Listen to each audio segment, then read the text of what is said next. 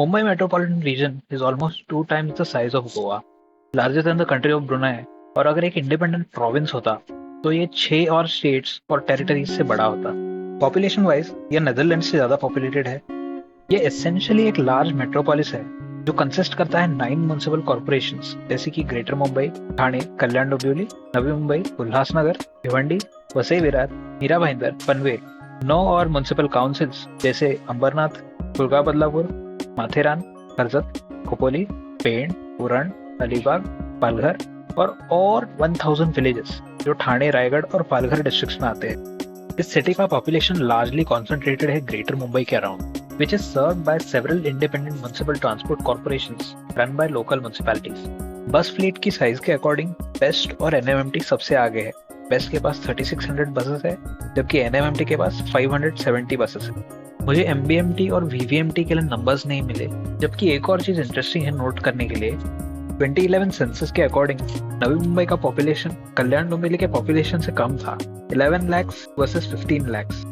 फिर भी एनएमएमटी की फ्लीट केडीएमटी के फ्लीट से अप्रोक्सीमेटली 10 टाइम्स ज्यादा थी। यस, नवी मुंबई में बहुत सारे ऑफिसेस है जहाँ पर वर्कर्स डे टाइम में आते हैं, बट फिर भी ये नंबर 10 टाइम्स ज्यादा होने जितना बड़ा नहीं होना चाहिए। इसके एडिशन में भिवंडी निजामपुर के म्युनिसिपल कॉर्पोरेशन के पास तो म्युनिसिपल ट्रांसपोर्ट अथॉरिटी भी नहीं है। ये कंप्लीटली डिपेंड करते हैं टीएमटी, केडीएमटी या प्राइवेट बसेस पे। नाउ इमेजिन पूरे एमएमआर रीजन के लिए एक सिंगल बस ट्रांसपोर्ट बॉडी होगी। Sounds radical, right? Let's dive in and consider the benefits of this idea. In today's video, why Mumbai should have a single bus authority. And we will call that authority the MBTA.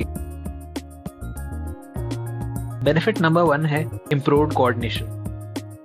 MMR जैसे expansive region में seamless और efficient transport network का मतलब होगा कि बस roots के बीच में coordination और बसेस का ट्रेन्स और दूसरे पब्लिक ट्रांसपोर्ट्स के साथ coordination ज्यादा बेटर होगा।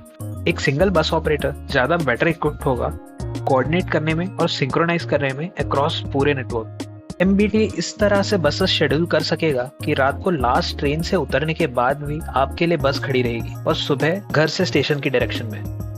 करंटली बहुत सारे ओवरलैपिंग बस रूट्स है बेस्ट, एनएमएमटी, टीएमटी, एमबीएमटी और केडीएमटी के बीच। इसके कुछ एग्जांपल्स है कल्याण वाशी, कल्याण सीबीडी, वाशी दादर, वाशी बीकेसी, ठाणे वसई, ठाणे बोरीवली और बहुत सारे। इन सारे रूट्स में ये बस कंपनीज एक दूसरे का रेवेन्यू कट कर रहे हैं। रेवेन्यू के अलावा इनका टाइमिंग भी सिंक्रोनाइज नहीं है, जिसकी वजह से एक समय पे 2 बसेस भी आ जाती है और कुछ देर 15-15 मिनट बसेस भी नहीं आती। बहुत सारे इंफ्रास्ट्रक्चर का डुप्लीकेशन होता है जैसे कि बस स्टॉप्स, डेपोज, जो कि टैक्स पेयर के पैसे का रिडंडेंट इंफ्रास्ट्रक्चर पे खर्चा है जो वेस्ट हो रहा है। एक सिंगल बस ऑपरेटर इन रिडंडेंसीज को एलिमिनेट कर पाएगा और राउट्स को कस्टमर की बेटर सर्विस के हिसाब से ऑप्टिमाइज कर पाएगा। बेनिफिट नंबर 2 है सिंपल एडमिनिस्ट्रेशन। लेट्स से कोई एमएलए कंप्लेंट उठाता है उनकी कॉन्स्टिट्यूएंसी में इनएडिक्वेट बस सर्विसेज के ऊपर चीफ मिनिस्टर के पास। सीएम लाइकली डायरेक्ट करेंगे लोकल म्युनिसिपैलिटी को ये इशू एड्रेस करने के लिए। ये ऑर्डर सीएम के ऑफिस से निकलने के बाद 4 और ब्यूरोक्रेटिक लेवल्स को पास करेगा जिससे पहले कि कोई ग्राउंड पे एक्शन लिया जाए। कुछ केसेस में इस इशू पर कोई एक्शन शायद लिया भी ना जाए क्योंकि और हाई प्रायोरिटी म्युनिसिपल इश्यूज होते हैं जो कि म्युनिसिपैलिटी को संभालने पड़ते हैं ट्रांसपोर्टेशन के अलावा। एक एमबीटीए का मतलब होगा कि ट्रांसपोर्टेशन इश्यूज दूसरे म्युनिसिपल इश्यूज की प्रायोरिटी में खो ना जाए, शायद फ्यूचर में आपकी कंप्लेंट भी रिड्रेस हो जाए। पॉइंट नंबर 3 है बेटर अकाउंटेबिलिटी। आज अगर एक बस कॉर्पोरेशन ठीक से काम नहीं कर रहा है तो लोगों के कंप्लेंट का कोई फायदा नहीं होता, स्पेशली छोटे कॉर्पोरेशंस में जहाँ पर कोई खास इंप्रूवमेंट देखी नहीं जाती, लिमिटेड स्टाफ होने की वजह से और खराब वर्क एथिक होने की वजह से। छोटा होने के कारण लोकल पॉलिटिशियंस का भी इन पर कोई खास ध्यान नहीं रहता। पूरे मेट्रोपॉलिटन रीजन में अगर एक सिंगल जनरल मैनेजर रिस्पॉन्सिबल होगा बस ट्रांसपोर्ट के लिए तो ये लोगों के लिए इजी होगा अकाउंटेबिलिटी फिक्स करना, जो कि फिलहाल के सिस्टम में किसी और डिपार्टमेंट पर डिफ्लेक्ट की जा सकती है। अगला बेनिफिट है मेंटेनेंस एफिशिएंसी। करंटली बेस्ट एक डेपो ओरिएंटेड मैनर में चलती है। इसका मतलब है कि हर एक डेपो में सिमिलर मॉडल के बसेस ज्यादा से ज्यादा मेंटेन और चलाए जाते हैं। इसका फायदा ऐसा है कि ये डुप्लीकेशन अवॉइड करता है स्पेयर पार्ट्स का डेपोज के अक्रॉस, बट ये छोटे बस कॉर्पोरेशंस के पास पॉसिबल नहीं है क्योंकि उनके पास ज्यादा डेपोज नहीं होते जहाँ पर अलग अलग बस मॉडल सेग्रीगेट किए जाए। टेक एन एग्जाम्पल, जेएनएनयूआरएम के अंडर बहुत सारी बसेस मिली थी म्युनिसिपैलिटीज को, बट अलग अलग मॉडल की, अलग अलग ब्रांड से और अलग अलग साइजेस की, जिनके स्पेयर पार्ट्स काफी डिफरेंट थे। इस तरह के ऑपरेशंस चलाने के लिए और मेंटेन करने के लिए बहुत एक्सपेंसिव है, जिसकी वजह से पुअर मेंटेनेंस होता है बसेस का और वो जल्दी खराब हो जाता है। ये एक रीजन है जिसकी वजह से बेस्ट और एनएमएमटी की बसेस क्लीनर होती है केडीएमटी, एमबीएमटी या टीएमटी की बसेस के कंपैरिजन में। एक एमबीटीए में इंश्योर किया जा सकता है कि सिमिलर मॉडल की सारी बसेस कॉन्सेंट्रेटेड हो एक डिपो में, जहां पर वो रिपेयर की जाए, मेंटेन की जाए और मॉडिफाई की जाए स्टाफ के द्वारा एक असेंबली लाइन प्रोसेस में, जिसकी वजह से मेंटेनेंस अच्छा होगा और बसेस कम से कम टाइम स्पेंड करेंगी गैराजेस में और ज्यादा से ज्यादा टाइम करेंगे लोगों को ट्रांसपोर्ट करते हुए। नेक्स्ट बेनिफिट है एबिलिटी टू डिलीवर। बस ट्रांसपोर्ट कॉर्पोरेशंस के ऑपरेशंस यूजुअली टाइड अप होते हैं फाइनेंशियल कैपेबिलिटी पे लोकल म्युनिसिपैलिटी के। इसका मतलब होता है कि पुअरर म्युनिसिपैलिटी हो तो बस ट्रांसपोर्टेशन भी वहाँ का पुअर होता है, जो लोगों को एक की एमिनिटी से डिप्राइव करता है सिर्फ और सिर्फ इसलिए क्योंकि वो एक फाइनेंशियली बैंकरप्ट पार्ट में रह रहे एक मेट्रोपोलिस के।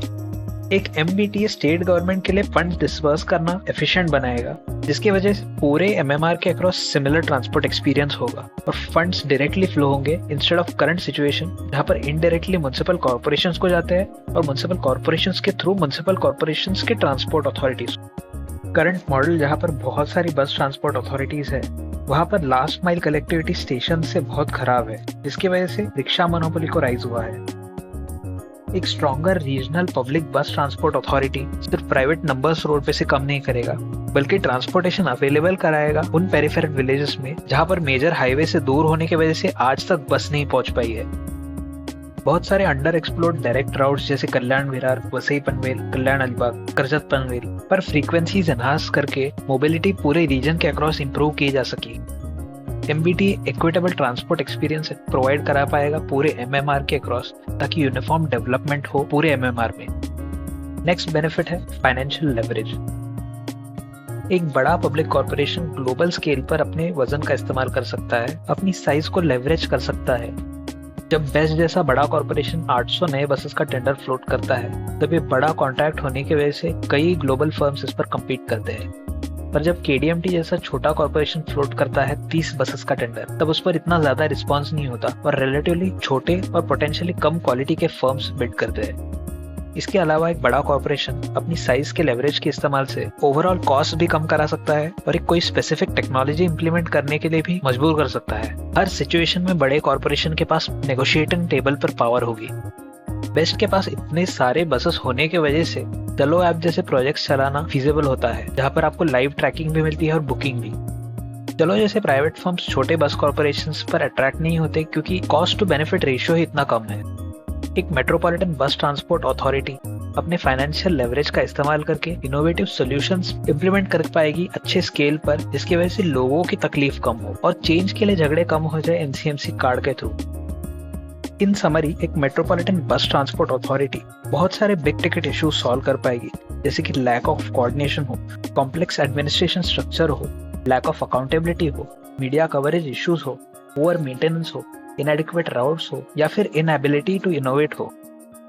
ये हमारे डेली ग्रीवेंसेस भी सॉल्व कर पाएगा, जैसे कि पुअर फ्रीक्वेंसीज हो जिसकी वजह से रिक्शा की मोनोपोली बढ़ रही है, खराब बस शेल्टर हो जहाँ पर धूप में खड़े रहना पड़ रहा है और बारिश में भीगना पड़ रहा है, अनटाइडी या अनमेंटेन्ड सीटिंग हो, खराब वेंटिलेशन हो बस के अंदर, खराब कंप्लेंट रिड्रेसल सिस्टम हो, रेलवे स्टेशन के बाहर इनएडिक्वेट बस स्टॉप्स हो जिसकी वजह से प्रॉपर क्यू मेंटेन ना होने के ऊपर से लोगों के झगड़े हो रहे हैं, सैटेलाइट अर्बन एरियाज के बीच में इनएडिक्वेट कनेक्टिविटी हो। ये सब इश्यूज आज की बस सिस्टम को प्लेग कर रहे हैं, जिन्हें सिंगल रूफ के अंडर सॉल्व करना ज्यादा आसान होगा। जैसे एक बस कॉर्पोरेशन बड़ा होता है, वो हर राइड प्रोवाइड करने के लिए होने वाला खर्चा कम कर पाएगा अपने फिक्स्ड कॉस्ट को स्प्रेड करके, जैसे कि वेजेस हो या फ्यूल हो, ओवरऑल ज्यादा राइड्स के ऊपर, जिसकी वजह से अच्छी एफिशिएंसी मिल पाएगी और कॉस्ट सेविंग्स मिल पाएगी इस कंपनी को, जिससे वो इनडायरेक्टली ज्यादा कस्टमर को सर्विस पहुंचा पाएगा पर राइड कम खर्चा करके। बिजनेस स्पीक में इस कॉन्सेप्ट को इकोनॉमीज ऑफ स्केल रीच करना कहते हैं और दुनिया की हर लॉजिस्टिक्स कंपनी का प्रॉफिट इस प्रिंसिपल पर बेस्ड है। Imagine Virar to Ambernath, Pen to Vashi या फिर Dombivli to Murbad direct buses बिना कई बसेस और ट्रेन चेंज किए। ये सब पॉसिबल है एक मेट्रोपॉलिटन बस ट्रांसपोर्ट एजेंसी के अंडर।